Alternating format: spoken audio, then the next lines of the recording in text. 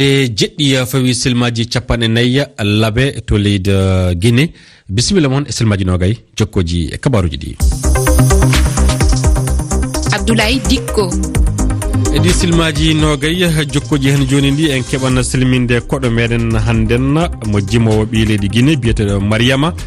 kanka laabe kanko Ibrahima Timbiba yewtidita nde wonno hannden yo ñalade noon ɗo woni hertanade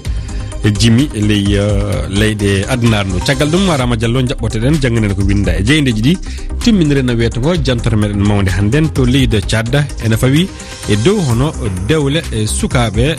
rewɓe ɓe killifaka naadu dewle wajibi ko fawete e dow ɓenɗon sukaɓe. Bako Moustapha waɗani en jantore nde fade ɗe toɓɓe noon bisimilla moon e yeftere coftal ɓalli. Coftal ɓalli e yeftere coftal ɓalli. Rama Diallo a salminama. Mi salminima Abdoulaye, mi salmini heeɗiɓe RFI fulfulde. Sénégal ɓeydi darde e tarik ballon. Non Abdoulaye, Sénégal waɗi inde kenga kasine champion d'Afrique. Lion en jaaɓi Brésil do 4-2 e fijogo ɓe tawda e to ndirde ɓen ɗon to Lisbon leydi Portugal. Abdoulaye, Sénégal waɗi piɗi lobbi koreji maɓɓe beltorokel ngal keɓal. Ela Diouf o fande ndu lollirnoɗo fija ballon leydi ndi kanko on o weltorokel ngal keɓal moƴƴal e wima ko ɗum juhay saabu wawude piɗi ballon wana ko hayni équipe Sénégal hannden o kippu keɓuɗo coupe leyɗe Afrique e iri deseje kewɗe fay so tawi diɗal Brésil ngal ana andira haɗude to fija ballon ɗum ɗon juhay saabu fina tawa ƴuwi e goto caggal de Cameroun Maroc jalino ngal ɗo diɗal e fijoji coupe du monde ɗo Afrique fa han ñalande joyi ɓarde coupe kan timmi hankin ɗum timmi hanki Abdoulaye e kawre tawaɗe Burundi hawi Namibie 3-2 Éthiopie e Malawi do ɓolum-ɓolumɗe donkodiri ɗe acci ɗi fijoji saabu e jaltinama ronkodirgol ɗe diɗe ɗiɗi ɗum woni ko nafti Guinée e jokkude fijoji jeetaɓal coupe o taw ko ɓe piɗay hanki nden jaggal kawral hanki Éthiopie e Malawi haddu toɓɓe 4 wonno ko ɗe tawraɗe ɗiɗi fuu Guinée ɓurdiɗe toɓɓe 5 ko hokki ɗum sa'a jokkude e fijoji kana mbiyento ko duwara jokkitinde du e diɗal ngal Égypte. Mauritanie hawi Soudan do 3-1 Abdoulaye ɗum hokkiɓe yeeso diɗal maɓɓe nambiye yeeso guɓal maɓɓe hawtude e guɓe goɗɗe e hono tawdaɗe e Gabon e RDC li on ɗon kippo Abdoulaye. A jarama. Koɗo men hannden yo ñalande hertanande jimi hannden hiroji kewɗi ana gaɗe e leyleɗe addunaru ndu teddinde ndeɗo ñalande yewtude e nde toɓɓere koɗo meɗen hannden yo Mariama Kankalabe jimowo ɓi leydi Guinée e fandu haala Ibrahima Timbiba omo yewta tiɗalaji ɗi kamɓe yimmoɓe ɓe jogui e tawtude ɗo golleji ɗiɓe kani waɗude yalla jaam e deƴere ana tabita e ley leyɗe ɗe kala. Mariama Kankalabe mi salminima. Oui, salmitike on. Hande eɗen andi ko ñallal hertanagal gimi ko juldere gimi annon ko a yimowo ko a andaɗo ko honɗum woni yi'ago ma e ngal ñallal e kadi ko honno jaɓɓorɗa ngal ñallal ɓayti an ka yimowo. Haray menen ngal ñallal ɗo ko ñallal welaygal men ko ñallal fotugal ko ñallal ngal men weltori e nder golle amen en par ce que golle kala hino mari e feeto menen kadi ko ngal ñallal ɗo woni ñallal feeto amen gon ko ɓeydi hen hiɗen andi hande yimoɓe hewɓe hino hawrude e sattede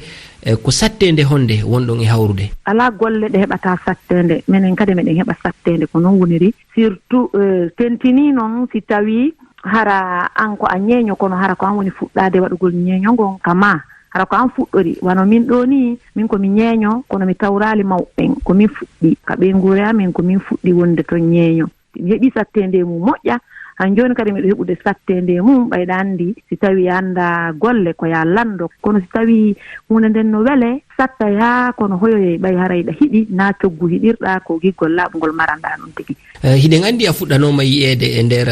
vidéo ji yimoɓe goo wano Alphajo Dara a yehiri noon hande ha a hewti ka wonɗa ɗo a woni nalankejo walla yimowo andaɗo hen fo tawti kadi noon ko a debbo woɓɓe inna suddiɗo ka ɓeygurema kadi hari on anda sifa ɗe golle hari ñeeñuɓe ala hen yewtiyen sattede debbo nde debbo heɓata e nder ɗum hiɗen andi kadi e nder fina tawaji men go woɓɓe sikkay debbo hana yimude wurin gimi wona ko hani debbo hino hani yimude debbo hino ko debbo ñam ɓuri hanude yimude hakke mi miɗo wawi wiide ɗum ɓayi ko gorko waɗi wo debbo kadi hino duwa wadde fof ko gootum mi wonno ɓaawo Alphajo Dara ko gonga mi waɗi kadi peseji heewɗi ɗum fopp ko fiino mi hewtira komi woni hewtude ɗo ɗum fopp ko fiino mi naatira e waɗugol gimol ngol rewɓe ɓurata heɓude sattende ɓay wano ɗo ni sa holli goɗɗo wano min ɗo ni ɓay kala komi yewta tawn ɗo mi ƴettay e misal ngal e hoore an min ɗo mi sattirama ɓa si a yehiɗo ya holliɗo gorko yo wallitoma woɓɓe hino toon ɓe hollete faale fiino ɓe wallirama si tawi a newnanani ɓe faale maɓɓe on kamɓe kadi ɓe waɗata faale ma on woɓɓe kanno toon ɓe innayi ɓe wallete ɓe ƴantama mbuuɗi ɓe ƴantama jawdi koya jonnuɓe hara ko kamɓe jonnata rewna e maɓɓe kala ko waɗata woɓɓe kadi ɓe jamfoma a waɗi sattendeji ɗum fownoye mum kono koyo debbo on haray ko yontigi wakkilo inna he ko ɗum ɗo mi faala ko ma mi heɓa ɗum jogitoɗa hoore ma ha satta ko ɓeydi hen kadi hande ko fati e gimmi ko ɓe wiyata ɗe gande kese woɓɓe inna ɗum nouvelle technologie hiɗen andi joni kasetiji walla kore yeyirtake wa ɓaawo ɗo ko vidéoji watte ko noon toki heɓiri yiyoɓe ɗum e nder ɗum wo ko honno ɗen bange fewdori ko honno wonɗa e gollirde nder on alhaali ayi hari law hari koko ɓe innata producteur hari no woodi ƴettay ɓe ɗum financana mara ko kamɓe fawtoto kala ko jari waɗede e nder mum ɓe waɗat kono joni fewde menen kamen fewdiɗo ɗum ala joni ko an waɗanta hoore ma ber ko marɗa ko ber ko ɓe wiyata ko moyen ma on ko ɗum waɗata ɓay fewdo ɗo ko réseaux sociaux on ko ɗum woni gollude fii golle ɗen kala ko waɗata joni kaka réseaux sociaux musique ji ma ɗin kadi yaltata ɗon kaka YouTube ko ɓen ɗo yoɓu ma kon e kala ko heɓuɗa toon ko ɗum kadi ƴetata wallitora wona goɗɗo wonoma wallude ko ɓe innata comme piraterie mi andano ɗum ɗon wolorta ka puɗat donc ɗum ɗon kadi hino ɗuuɗi e nder mum ko e nder ɗum tigi tigi sattende nden no ton kono siɗa andi no yarana iɗa andi a neeɓi e mum ma hara iɗa jangi iɗa mari gandal fii mum samoray seeɗa hiɗen andi sen ƴetti e nder leyɗe men Sahel hande rafide nagu hino hen fitinaji mawɗi hino waɗe ɗon woni ko fitinaji kuliyankoɓe woɓɓe inna jihadiyankoɓe woni ko faati e seppoji murte mawɗe yimɓe no maayi e nder hen ko honɗum nalankojo aade ñeeño ko honɗum gimol wawi wadde gam tabintingol jaam deƴere ɓuttu e nder leyɗe men ñeeño ko duwa wadde e nder ɗum ko hani waɗude fino toon ɓuttira ko waajagol koko ɓe innata consensibilisation haray on tigi koyo waajo yewta ɓay ko ɗum menen men andira andi ɓe innay wo ñeeño ko wali ɓale koyon tigi waajo yimana ɓe welna ɓe ɓernde nden e watta ɓe feere andina ɓe bone mum holla ɓe moƴƴere pottangal holla ɓe moƴƴere ko ɓe fottata toon kon ɓanta e leydi maɓɓe ndin ɓeyda ɓe nawrude yeeso haray ñeeño ko ɗum wawi ɓe waɗande wo joni o selila yo wo ɓaymi bungirtamo awa cufamala yo mi watama bungirde eya cufamala yo mi watama mantorde si debbo ɓuri gorko valero watamo bungirde si gorko ɓuri debbo valero non aywa Mariama Kankalabe kañum wonno koɗo meɗen hannden Ibrahima Timbi Ba mo yewtidanno e ndeɗo ñalande ɗum woni hertanande e jimi e ley leyɗe ɗe ko winda e jayndeji ko winda e jayndeji ɗi Yarama Diallo a salminama e ɗimmol a salminama mi salminima Abdoulaye ko woni e jayndeji hannden Abdoulaye kibaruji jayndeji ɗi hannde kalan haala sigila woteji ɗo Afrique e luhural yimɓe politique leyɗe yoga Afrique ana e sigila woteji e lebbi ngaroji luhural ndu ana tawi ka fadde ɗum ɗon hono leyɗe yoga hono Sierra Leone Sénégal Mali Tchad RDC limtude leyɗe yoga Abdoulaye ɗon luhural ana tawa fadde woteji ɗi e yottade ɗo Sénégal saabu miilude hono Macky Sall hoorejo leydi o ana anniya filade laamu tataɓal lundiɓe ana e andi de hono mette muɓɓen lundiɓe dow yeru fedde F24 ana golla hollude mette muɓɓen e ɗiɗo lebbi fuu so tawi hono lundiyanke Ousmane Sonko kam ana tuumi Macky Sall muuye haɗude hono muuye haɗude o kanko on ɗaɓɓude laamu fanen du sabade tafude tuume sariya dow makko poɗaguji tahi kama ko battini mayɓe bonondaji kaake hakkunde laamu e lundiɓe ɓe goto fuu ana ittana bandum loocol fadde wote ngaroje de Abdoulaye les pays wi ɓiɓɓe Sierra Leone ndeno pati pindina seeɗan non Abdoulaye Sungo laamiɗo ana heɗa 24 nduɗo lewru hannden koreji leydi Sierra Leone no nangi fofango muɓen ko waɗi luhuran jokkungal so tawi docteur Samura horejo APC no siini hono kalfinaɗo fedde segila woteji on ɗon acca golle kanko e gollidiɓe makko fuu sabu umo o holla o hoolaki hono golle fedde halfinande wote ɓen ɗon imo tuumiɓe wonande tan waɗude na gollirde hono laamiɗo Sierra Leone hannden e duumolto e laamu ɗum woni kanko noddiraɗo Julius Maada Bio ko wana ɗum du hono lundiyanke o ana mettini rafi mboɗefi talki wotirteɗi kaake limirɗe wotoɓe le pays wi hooreɓe Sierra Leone ana kaani ta jeggita hono tolla keɓunoɗo leydi maɓɓe ko ɓooyay fitina hamde civil en ko sabino mayɓe fonde ujunaji 120 ɗum ko tawa hitande ujunere 1991 yaade hitande ujunaji 2 so tawi leydi ndi warti e deƴere ɓantare caggal ɗum ɗon ko yimɓe politique ɓe accuno luura wo gonga wi le pays fedde halfinande wote kam suuɓi kam woni ko suuɓi looci ɗi fiirete hannden taw ko kamɓe kaali boofe ɗe ɓe ngaɗi doddogol sungoji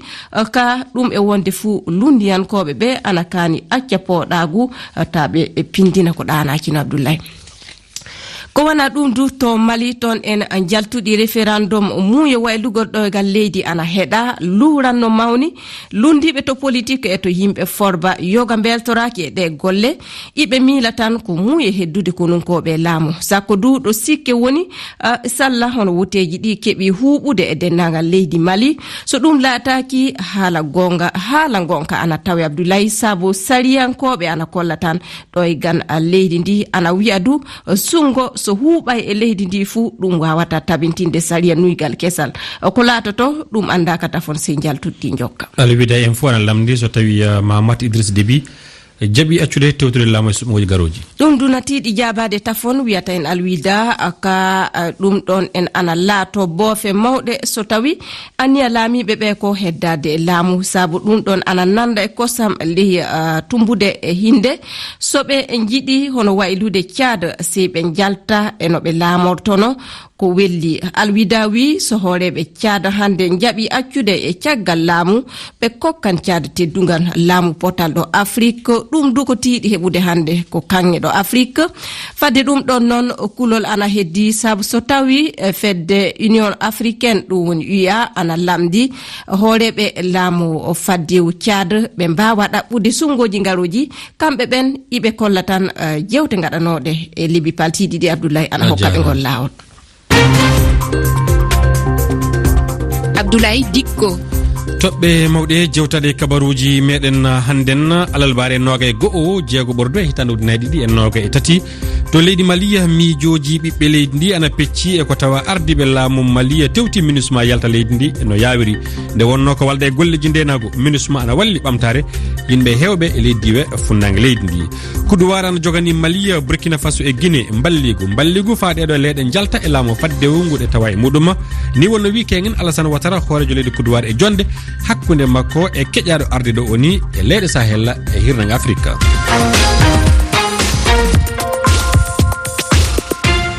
jantore meɗen mawde hannden to leydi Tchad woni ko paaɗen ton ana tawi ka dewle sukaɓe ɓe killifaka ana ɓeydo e leydi ndi hertanade jamina lamade Tchad ko ɓuuri hewde ɓeɗo sukaɓe yo hakkude duuɓi 13 yaade duuɓi 15 ɓe ittete e jande ɓe gaɗe e dewle du sembe tawi kama yoga hen en mabɓe jaati ana mbarto saabe majjum Bako Moustapha waɗan en jantore mawde Aissatou Didiatou Fatoumata Ummul Martine Véronique ɗuɗɓe ɓawo limtaɓe ɓe gerɓama ɓangal be doole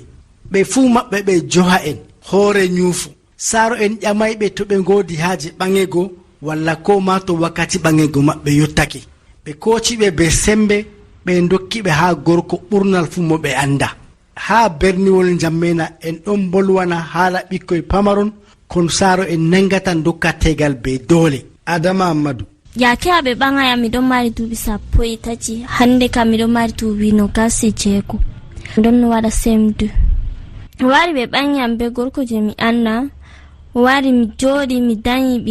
ɓingel ma furti be bone. Mi wari mi doggi mi warti bappiraɓe am lorni am saare banni fayinta ɓe lorni am mi dañi ɓingel feere mi doggi mi warti wakkati feere kam ma o dolayam hawrugo be maako irin kujeji banniɗo mi meeɗai yiɗi ko mu mi meeɗai min joɗita min yewta. tele ɓikkoy pamaron be sembe ha lesdi Tchad kam ɗon na walla ɗum haalaji non. Arthur Ali Ngetel hoorejo kawte cuklaniɗe hakkeji ɓiɓɓe rewɓe. La question de mariage des enfants au Tchad haala tegal ko ɓangal e ɓukkoy ha nder Tchad bandama ha jammena ɗo tokki yahugo yeeso be anniya gomnati lesdi Tchad hoosi ngam aynugo haqqeji ɓiɓɓe fuu tegal ɓukkoy ɗo doogi ɗo ɓuro tokkiti ha nder jammena bannin man ɗo ɗum ɗo sarga jangirde ɓiɗɗo debbo. tegal ɓukkoy pamaroy haɗama ngam majum se gomnati happita laara haala man ngam wallita e ɓukkon kon heɓa koye jaynita e bo ɗum tokka sharɗuji lesdi e sharɗuji e duniyaru fuu hawti hoosi et international pour la protection des enfants. ɓangal doole ɗum woodi batte dow ɓiɗɗo debbo ɓaŋaɗo be doole na walla ɗum wala. Mani Kase Paluma nyawdowo ko larani nyaw les rewɓe hoorejo clinique international santé pour tous. Le mariage précoce ou bien la grossesse précoce ɓingel dewel ɓaŋagel alhaali ngel hewtidayi to ngel hooci reedu ngel ɗo wondi be ɓillaji reedu man. Fistule obstétrical ɗum laawol coofe cewɗe be coofe lorɗe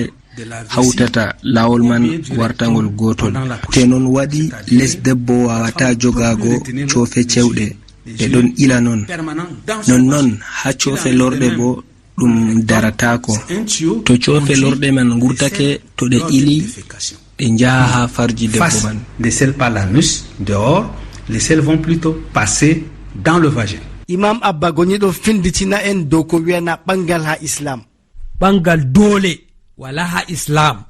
annabijo men muhammad sallallahu alaihi wasallam wi to gorko yerdake debbo yerdake ɓe tera ngam ɓe keɓa zuriya mbotka. ko ɓe pewanta islam to debbo waɗi duuɓi kaza dole se ɓe ɓaŋa ɗum walla to hayli ha saare baba muɗum hersum ɗo ɗo fewango islam wala aya ngota ha nder qur'an ɗo waddi banniɗo ɗon. ɓingel dewel gerɓangel e tegal be doole noy jonde magel wayi ton be gorko magel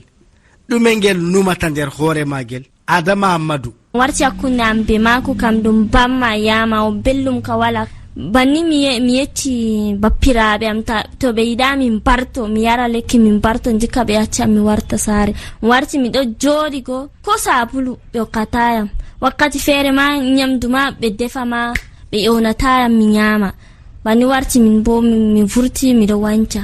ɗumejum yerɓata worɓe ha ɓe njaha ɓe ɓaŋa ɓikkoy pamaron kon ñufaki. Mani Kase Paluma Au Tchad ici par exemple ha lesdi Tchad ɓukkoy rewɓe ɓurna maɓɓe fu ɓeɗo ɓaŋa deydey duuɓi 17 te worɓe ndaari hendu wurtake herɓiɗɗo debbo manni ɓe mbi'a o mawni alhaali wato cakare mako hewtidayi kanjum waɗata wondinde hakkunde cakare mako be ɓingel. wondinde man ɗo kayre nden yata waɗa fistule obstétrical go immature. ndiyam ngulɗam na fijirde paaɓa wala ko ƴakkotirgo be ɓiɓɓe muɗum nafata. yerɓugo ɓingel dewel pamarel ngel nufaki ha tegal be doole wala bote sey batte. Bako Mustapha Njammena RFI.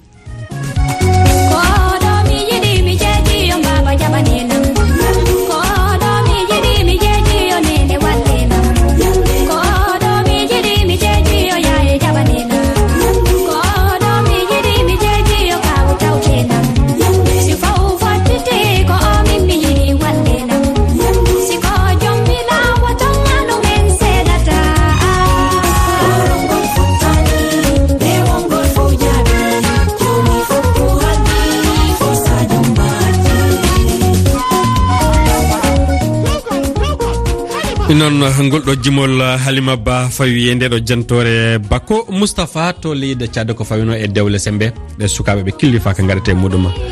Halima Ba wi hokkemo